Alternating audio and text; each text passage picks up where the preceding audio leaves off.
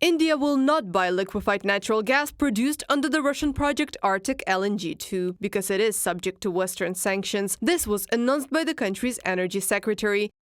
The Arctic LNG-2 project by Russia's Novatek is subject to Western sanctions over Russia's war with Ukraine. The United States has also imposed restrictions against hundreds of companies and individuals supporting Russia's military campaign, in particular companies involved in the development of Arctic LNG-2 and its logistics support. Arctic LNG-2 cannot start supplying gas and has been forced to stop production. Novatek requires specialized vessels for transportation, which cannot be bought or built because of the sanctions, from Reuters publication. India has already found a substitute for Russian supplies. In early September, the country's prime minister visited Brunei for the first time. There, among other things, Narendra Modi signed a long-term agreement on the supply of liquefied natural gas. After all, Brunei has rich reserves of fossil fuels, and India is a country with a huge energy deficit. In the energy sector, we discussed opportunities for long-term cooperation in the field of liquefied natural gas. To strengthen cooperation in the defense sector, we positively assessed training and capacity-building opportunities in the defense industry. We agreed on satellite development, remote sensing, and training to strengthen our cooperation in space.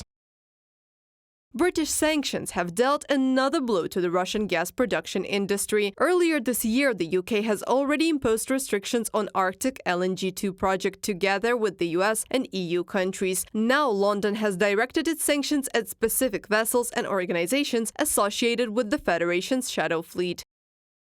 The UK has sanctioned 5 ships and 2 entities involved in the Russian liquefied natural gas sector. This is the first time the UK is using its new ship specification power to target LNG vessels directly. LNG is an important source of funding for Putin's illegal war in Ukraine. Russia has plans to expand its LNG revenues, aiming to grow their global LNG market share from 8 to 20%, from a statement of the UK government website.